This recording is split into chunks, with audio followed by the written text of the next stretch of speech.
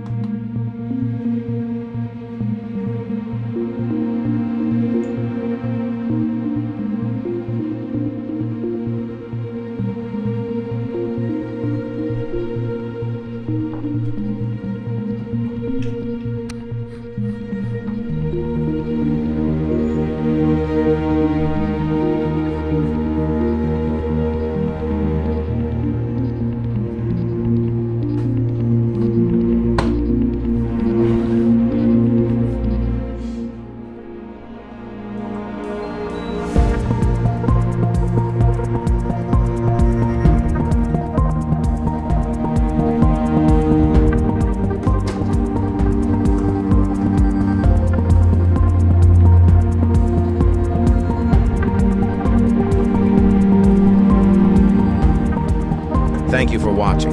Please support my channel with like and follow. The code and wiring diagram will be provided in the comment section below.